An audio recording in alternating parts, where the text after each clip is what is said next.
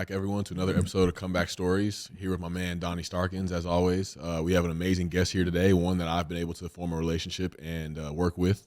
We have Susan Borchardt, performance enhancement specialist with the Athlete Blueprint. She's worked with friend of the show, Kelsey Plum, Sue Bird, Brianna Stewart, Megan Rapinoe, a lot of elite athletes. Has held performance roles with Stanford women's basketball, the Seattle Storm, currently with U.S. women's national team, fresh off a gold medal.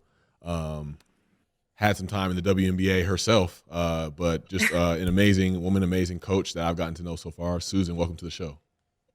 Thank you so much, Darren. Gosh, what an introduction. Wow. Oh, yeah, had to get it right. I'm impressed. Jeez. But, yeah, we like to start by asking, how was growing up for you? What was your early life like? Well, I think my early growing up years were very kind of formed by my two younger brothers. So I kind of really wanted to be one of the crew a little bit. And my parents were amazing at kind of being like, yeah, get right in there. And I wasn't treated any different than them. And so it was like everyone had chores and my chores were no different than theirs. And I was mowing the lawn because that's, all those things were all treated equally. And along those same lines, I was kind of thrown into their practices and just one of the guys. And I think that really kind of helped me just given the size that I ended up being. I'm really small. I'm like a peanut, in the basketball world. And so I think that kind of gave me that fighter mentality a little bit. And I think that I kind of harnessed that and used that as I grew up and played. So that was kind of the basis of how I grew up. Got you. One thing Donnie and I have definitely learned, especially from our lives and some of the things that we've had to heal from, is we could always trace something back to like an early memory of pain or an early memory that had us feeling maybe a little bit alienated or different than anybody else, or something that just changed the way that we process things and showed up in the world. Was there a moment early in your life that you can think back on that may have changed you in a way? Yeah, I think, gosh, like I said, I didn't necessarily look like the prototypical basketball player. I'm 5'6", I'm white, I'm small. And so I remember I was being recruited really early on, and I was playing on varsity early. And I remember my coach being like, yeah, we had this whole group of coaches come in today, and during warmups, they couldn't figure out which one you were. And I'm like, should I feel like, I remember being like, God, I kind of feel bad about that, But then I'm like, wait a second, no, hold on, I'm gonna kind of prove them wrong a little bit. And so I think I've always kind of come from that standpoint a little bit, whether it was, proving them wrong in the sense that well, I may be this small, but I'm going to go out and do this, this, and this. It was like I was kind of waiting, or it helped me when someone said, you can't do this. And I'm like, okay, bet, here we go. So that I think was kind of, I always sort of had that mentality a little bit, but that was one of those moments where I just remember God, that doesn't make me feel great. So now I got to go out there and double down. I felt like, so when I was getting recruited, I wasn't really recruited that highly. I had a few offers, and I was just there was somewhere I was like, I had that mindset of I'm not really that good, I guess. I'm just kind of I might earn a scholarship, I might get school paid for, but then I kind of developed that mindset too of I got to prove these things. I got to do this. I got to show them. And it's did you ever feel any moments where that mindset was kind of exhausting? Because I'm sure it served you a lot. It got you into a lot of doors, into a lot of rooms, especially now. But did you ever feel like that was exhausting to you? Yeah, I don't know that I ever looked at it that way. It was always, it was more like that was kind of the cross I had to bear, being this size. And so instead of looking at it as I'm tired of doing that, it's okay, here we go, one more time. And I think that actually really served me well with my injury history. And so I got to Stanford, couldn't have been going better. I'm a freshman, I'm a point guard, I'm playing every minute of every game. It's, just going amazing. I go up for a layup, I get tackled, tear my ACL, and done. Okay, that year, then I rehab, come back, same thing. I had a cadaver graft, it stretched, my body didn't take it, I had to do the whole thing again. And I think that when the doctors were like, hey, we just want to set you up for understanding, this might not happen for you, might not play again. I just remember okay, all right, here we go. So I think that kind of helped me in that instance of having to kind of fight for all the things that I got up until that point. I think that was useful for me. And then I think that's also something we like to pass along to the people that we work with. We've been in their shoes and it's okay, here we go. Let's dig in. We're going to get through this. And then on the other side, you're going to have so much confidence in yourself because look what you've made it through, So Yeah, that was going to go into next. What would you say? Could you take us through like the parallel of your mental health journey as you went through and battled some injuries when you were in college, and maybe when your early WNBA career? Like, what were some of the mental health challenges that may have gone alongside with those physical challenges? Yeah, I'm a little bit older, so back in the day, that wasn't really something that was talked about at all. But for me, my freshman year, when I tore my ACL my first time, it was really hard. Like, I'm from Minnesota, I was in California, I'm really far away from my family. Basketball in my head was kind of what I was there for. So it was like, wait a second, like I'm out here. What? Like, it was a really big challenge. School was hard. It's just a lot. And so the second time around, I think I was really lucky because I had actually met my husband in the training room. He was the center on the basketball team, and we met there. And so I think the second time around, I just had a lot more perspective, and I had things outside of basketball that I cared about in a much stronger way. And so for me, the second time through was a lot healthier in that standpoint. And then I also was rehabbing at a different place. And so I think in that, like in trying to find my way out of this, back to playing, I sort of found my way. And one of my really big mentors that to this day is someone that I lean on, and from a professional standpoint and just from a personal standpoint as well. Donnie, I know you I can can relate a lot. for sure. Yeah, absolutely. See, I was just about to say. The injuries. Wow, the injuries. I had 7 surgeries on my left knee, and the 5th one that I had was playing baseball my senior year at Arizona State, and I had a cadaver transplant of my meniscus. It's a surgery that I know they don't do anymore. I was the first person in Arizona to ever have this surgery. The head orthopedic surgeon at ASU sold this to me really well, and basically said, you have the knee of a 90-year-old man. You're 21 years old. You'll have to have your knee replaced in a couple of years.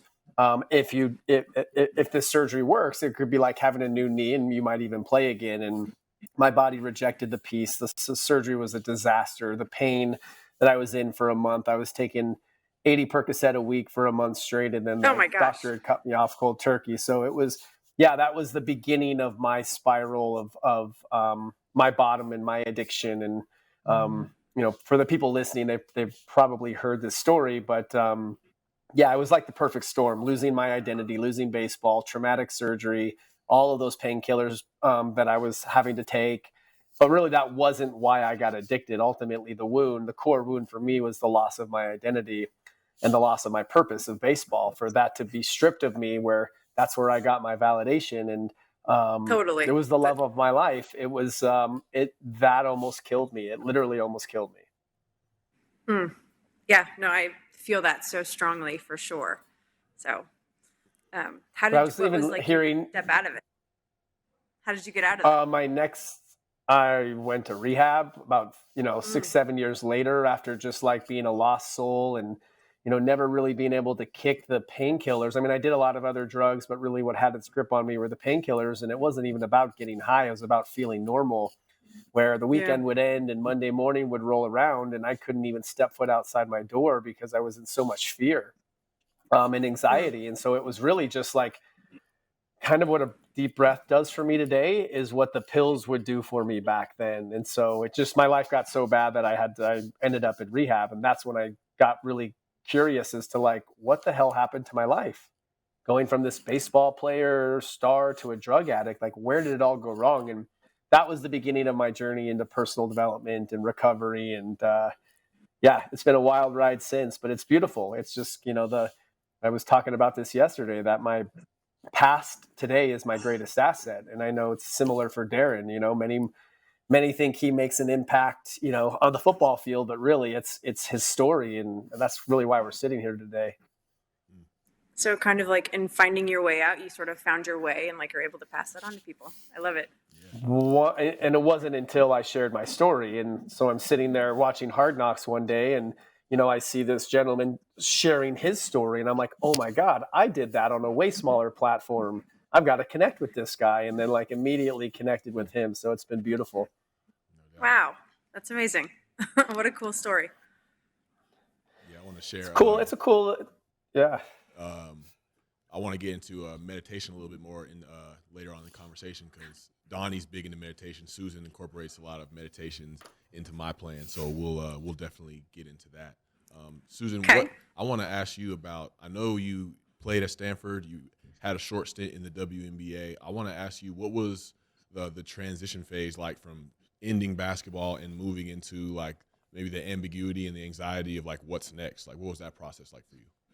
Yeah, so mine was a little bit different. I had played that summer, and then my husband was playing for the Celtics that next year, and he got waived like halfway through. It was like this huge NBA trade, and it wasn't like a great fit. We kind of waited to see, is he going to go on a 10-day, or can we find a 10-day that makes sense that he would actually make, instead of just being there for 10 days. And so all the overseas teams kept calling and calling and calling. We're like, nah, we don't really want to do that. I don't know if that's right. And eventually we're like, you know what? We're just going to go for it. We're going to try it and see it. And mostly because they only play 1 to 2 games a week over there. And my husband is 7 feet tall. He's broken his navicular bone. It's like this chronic thing that happens to a lot of guys that are that big. And so 1 to 2 games a week is a lot better than 5, in the NBA. And so we got over there. He ended up playing for this great coach who was like, hey, you can do whatever you need to do during the week, as long as you play like that on Saturday, like, we don't care. Whatever you need to do, just play like that. And so that was kind of where it started, where it's like, okay, so then what would make the most sense? And it made sense for us to stay there. And then I kind of started doing his programming essentially.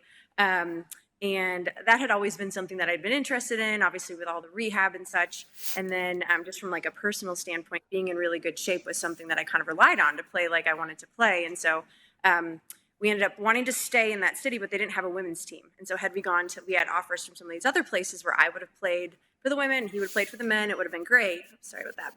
But in deciding to do that, the men's team there asked if I would work with their second pro team, which is like college age kids. And so I was like, okay, yeah, that sounds good.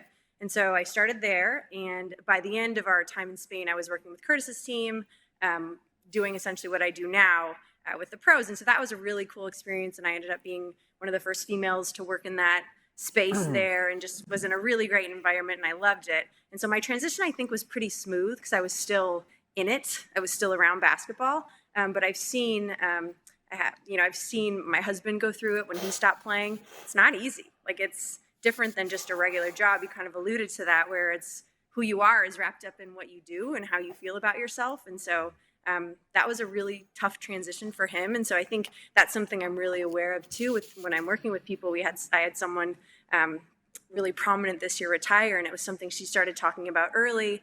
And we started talking about, it's like, hey, that's coming. Like, let's kind of proactively start thinking about that, talking to someone who specializes in that, so that when you get there, it's not this huge shock. It's like you've already started that process. So for me, it was smoother than I think it's been for other people, just by happenstance a little bit. And I'm lucky enough that I'm still kind of involved in this game that's been, so huge to my life. So.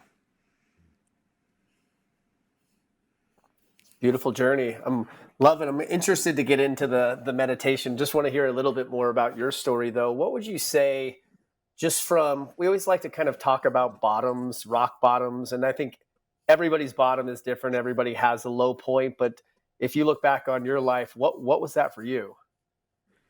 Oh gosh, I think that's pretty easy for me to say that my freshman year at Stanford was just, I'd never been hurt in my life. I'd only ever always played, and that was just it for me. And so to not have that was really, really hard. And I think as an athlete, Darren, maybe you can, or maybe both of you guys can kind of agree on this. Like when you're on campus as an athlete, like there are certain things that you're just not involved in, mostly because you just don't have time, right? You're at class, you're at practice, you're at something associated with your team. You're not in the art club and going to these speakers or all these really cool things that are on campus.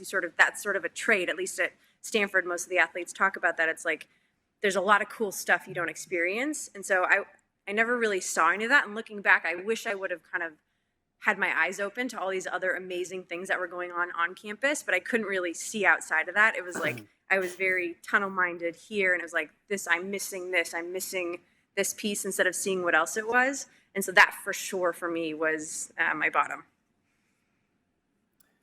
What do you think? We always talk about how it's not the event that happens, but the meaning we attach to it. But what did you learn from that? What did you learn about yourself? And I think what was kind of the story you had to stop telling yourself to start to like write your own comeback story? Yeah, I think when I look back on the whole kind of like injury situation for myself, I think I might have even said this, but I think I learned that I am really tough and I had made it through all of that. And so whatever else comes my way, it's like I learned to believe in myself. And I guess I had to refine that first before I could expect anyone else to. I think the other thing that I learned, and we kind of talk about this now with our athletes, because we work with a lot of athletes who are kind of in that return to play zone. They come to us and it's like, okay, well, as soon as I'm back out there, it's like, you're not necessarily going to feel exactly like yourself right as you return to play. And that's okay. You have to give yourself space to not be right back to that level where you were at. And for me, that, I say my freshman year was the hardest. I think rivaling that would probably be my junior year, where I was back and playing and just playing, I was playing the whole game and I just felt so horrible compared to what I used to be. And so like struggling through that, like trying to refine how I played, or maybe find the new normal of how I was going to be able to play a little bit. That was really hard too, but I didn't really know that I had to like give myself space. I just thought like, well, as soon as I'm back out there, I'm going to like be me, right? No one wants to say like, hey, there's going to be this adjustment period. And so I think that's something we really try and give the players we're working with space to like walk into and know that like, hey, you got to celebrate the fact that you're out there and be okay with knowing that it's not going to be like you just stepped off the floor a year ago before you got injured, like that's okay. Like, let's celebrate being out there and win this day, not worry about comparing yourself to what you were before. I definitely hear lessons of self-compassion in there for sure. I'm in a season. Yeah. I'm in a season of that as well. This season hasn't necessarily gone the way that I've liked it to, especially coming off of 2019, 2020, playing every single game and playing. It was like that was going to be the same way last season, except for getting a freak knee injury, kind of getting rolled up. So I've had to grow and allow myself compassion, because it's like as soon as like I'm back off of IR in a week, and I'm like I got to get beat back out there and like ripping people's heads off like as soon as I'm back out there like I used to be. But it's like, why don't you just celebrate the fact that you're able to stack 3 days in a row of running together? Exactly. You're able to work yourself back in and like not demand that you be Superman immediately, but the fact that you're continuing to progress and grow, like that's good enough. And the version of you that's supposed to show will show in the time that it's supposed to happen. So it's like, I think that's a very wise lesson to not just be so hard on yourself, because I'll bring the hammer out to beat myself over the head with negative thoughts like, oh man, I should be doing this by now. Like Donnie talks about shooting ourselves to death. I don't know if you've ever heard that before, but that idea is it's a season that I'm currently walking through. So I speak of the lesson that I hear, but it's really something that I have to practice right now for myself. And it's hard, right? It's like sometimes too, it's like, well, my knee feels great. Like, why am I not, or like my hamstring, whatever it is, it's like, no, I feel great. But it's like, okay, there's this piece of it too. And that piece is going to come when it has the opportunity to come. And so not rushing that, I think is hard to do when you're in it. But I think it's an important thing to kind of try and remember and have perspective for. Yeah, without a doubt.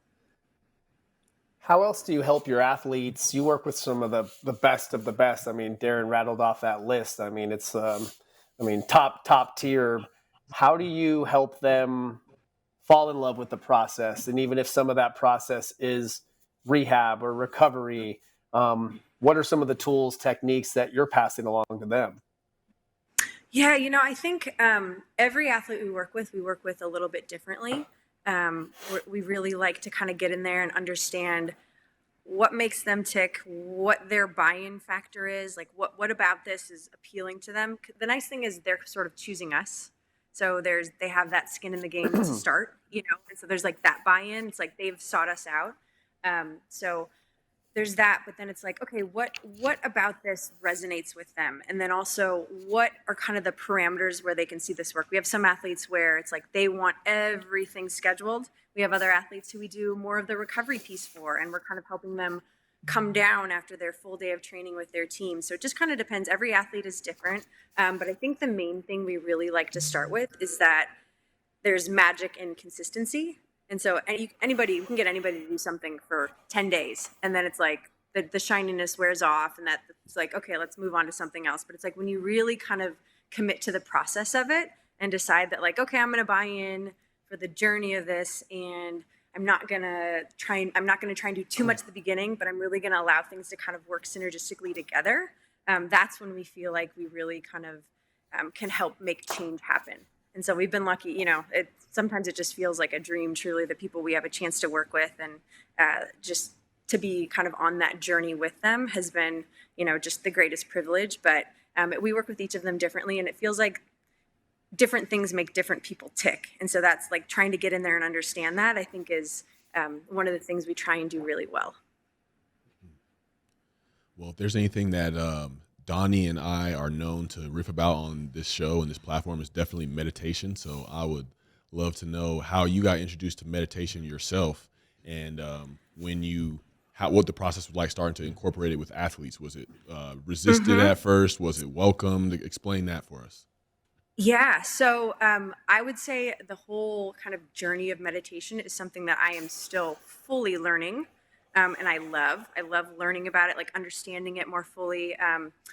But it's one of those things that we kind of started incorporating, I would say probably 2 years ago. And it was not something that we're like, oh, this is, everyone, they're going to love this. It was like, okay, hey, we're going to try something new. And usually we have kind of some built-in trust with people when we're like, hey, we think this might be something that could work for you. Are you willing to give it a try? It's like, sure, I'll try it, And so we started with it, and it was something that we were just kind of blown away with the positive feedback we got from people. They're like, hey, I really love that. That like really helps me.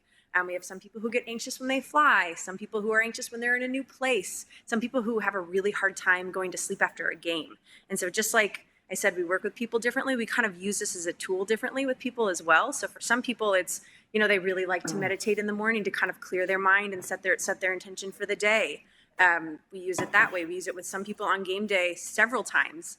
It just kind of depends how we're weaving it in, but far and away, the response has just been overwhelmingly positive. And I don't know that I've had anyone complain about this. Like, we'll hear people like, oh my gosh, the Peloton, why? We'll get that feedback of like, they're complaining about it. They know it's good for them, but like never have I heard complaints about this. And I think we've sort of started the process for some people, and they've taken it further. And so now they're like totally into it on a level that we're not even pushing them to. It's like they've kind of internalized it and made it part of their process in a way that's not me assigning it. It's them figuring out what works best for them. And so that's actually really cool. We love to see when people sort of take something we show them as a tool and sort of really make it their own and modify kind of how we're doing it. And then we incorporate it in a way that they found works even better for them. So what are some of the techniques or practices? I know it might vary from athlete to athlete, but what do you, even your own practices and what your practices look like and some of the ones that you're passing along to your people? Yeah, so we have several people that we like to pull from. We like the box breathing. We like some of the counted holding breath work. We find that it really flows nicely with how we're using breath work in our performance. So we're focusing and talking about breathing and exhaling and all of that within our lifts and such. And so it just kind of, it becomes this nice segue, and it's familiar to them. It's not something that's like, oh, meditation. It's like, no, this is just a continuation, just a different way of using breath work. And so it seems like an easy kind of step into that arena. And so a lot of times we'll use it, I would say in the evening. Darren, this would probably be familiar with you. This is how we like to use it with you. In the evening, sometimes we'll have legs up on the walls, dark space, and really just allow them to kind of down regulate. Sometimes it'll be half guided, half silent. But just kind of get into that parasympathetic state. We'll use heat beforehand sometimes. Sometimes we'll have it be where they're finishing their workout with that and then get into some heat after that. We like to use it. We like heat in the evening just to kind of help with that process. So that's some of the ways we're using it. Sometimes we'll use it after shoot around in the morning where people are like, they start to get really amped almost too soon, right? So they go to shoot around. It's like they're in that state and we know they're going to have to take their nap. Because the game isn't until 7. So we use something that just kind of helps them recalm after that. That's one of the ways we use it. And then I have a couple who love to just pop their headphones in and do it while they're traveling because they're anxious. So on the plane, we'll pair that with some of the power dot stuff on their low back where we add that like sense of vibration and such with the meditation.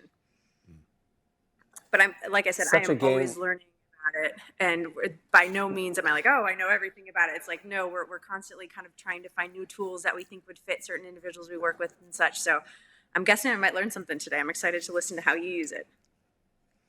Yeah, well, I'm just thinking about when I was playing in college and this was not available. Maybe it was available, but I know none of us. not to me. I don't know. Yeah. Yoga and meditation were not available, and it's just such a game changer for so many reasons. And yes, the on the field stuff, but even just some of the work I've done with Darren, so much of it isn't even on the field stuff. It's all the other stuff, but it's that other stuff that, being able to manage and regulate emotions and have tools to find our center, right? I believe that we all have a center, and I believe it sits right at the middle of the heart space, but we also get pulled off our center by the world's demand from the attention of our minds. And you have the biggest companies in the world hiring the smartest people in the world to create these algorithms to capture our attention. Now that's just the normal everyday person. And then you talk about the athlete and then everything else that comes with that. It's like, it blows my mind. I have, and maybe you can relate, a completely different perspective on athletes where I truly have so much compassion for them. Where, I think many people will put them on a pedestal and think it's like all amazing. And I'm like, it's a lot. And I get to hang out with Darren often, and it's just the energy, it just feels like a lot. So it is so essential to have these practices, whatever they are, the meditation techniques, the breath techniques. We talk a lot about just pattern interrupts, like positive pattern interrupts, and finding these little tools that you can have in your back pocket to redirect your focus. Because that's all it really is. If we can have these tools to redirect our focus, it's like where our attention goes, energy flows, right? So if our attention's on a flight and we get anxiety and we're worried about the plane crashing and we just keep thinking about that, it's like a whirlpool and it just keeps building and building. But if you can have these little positive pattern interrupts that redirect your focus, it breaks that pattern. So yeah, there's so many out there. I mean, the breath is the one that we always have, and we've always had since day one. Yeah, I think one of our athletes who does deal with anxiety, I think she put it in a really great, or framed it well. It's like, okay, when I do this, I feel like I'm controlling what I can control.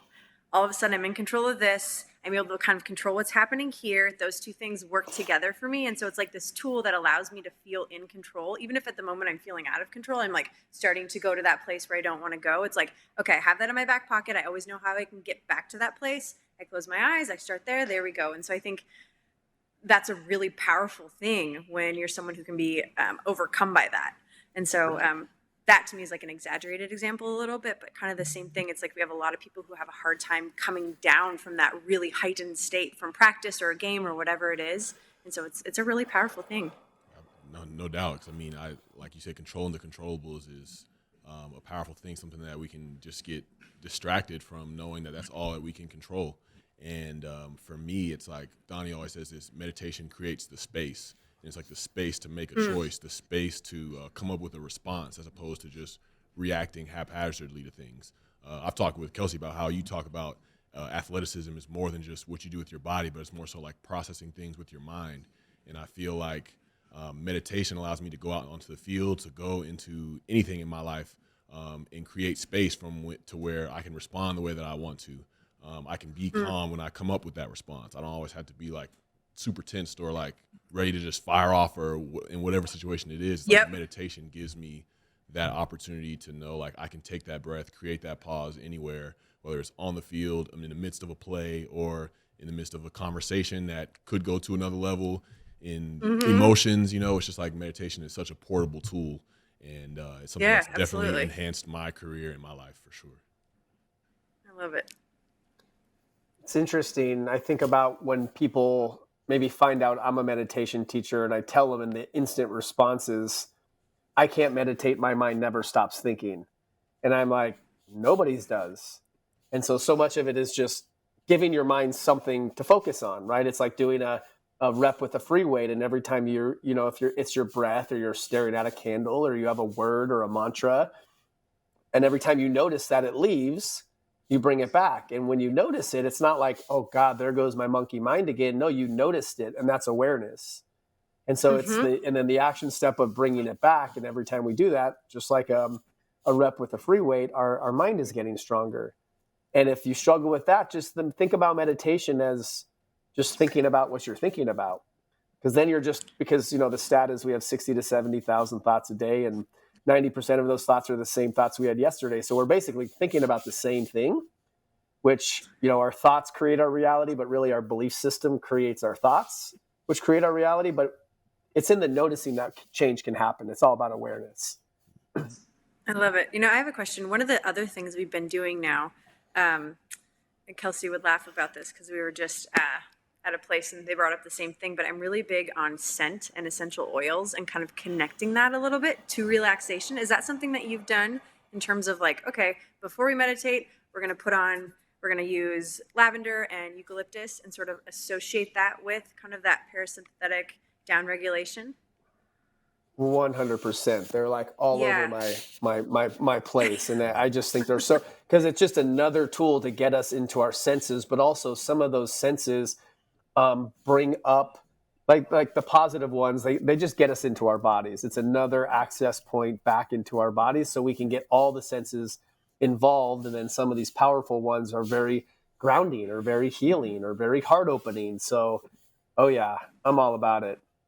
Yeah, and it's like that's what my body I relax when I smell those smells. Like that's what my body. Okay, that's my cue to start. So it's just like that extra sort of assistance into that state, I think, or it can be. What would you say with like these top tier athletes that you're working with from a mindset standpoint? What separates them? What is it exactly that separates like the greatest from the best or the average from a mental standpoint?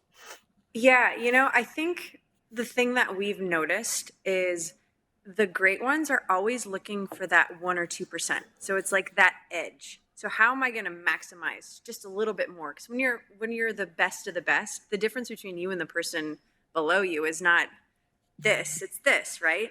But how do we find those little pieces that make sense and kind of resonate with them and are effective for them in that sense? And so they're the ones who are willing to buy in and do the daily, not the like big grandiose things, but kind of the things that the unsexy things, the things that like no one really wants to do their prehab. Like Darren, I'm not pretty sure you're not like, oh, I can't wait to go into, but it's like yes. those things that daily, those things add up, those little things add up and they end up being the things that make the big difference, right?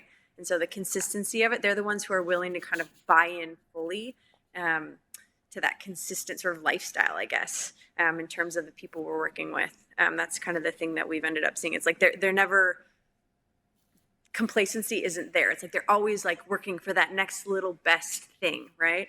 And willing to put in the effort to make that happen.